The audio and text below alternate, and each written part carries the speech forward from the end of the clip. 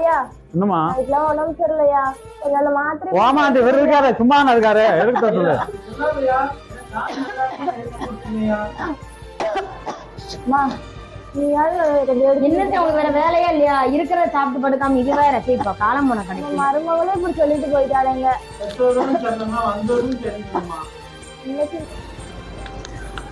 ஆமா என்னம்மா எதுமிக்கிட்டு இருக்க? உடம்பு சொல்லம்மா. உடம்பு சரியில்லையா? மாத்திரை போட்டியா இல்லையா? தினமேலுமா போடணும்.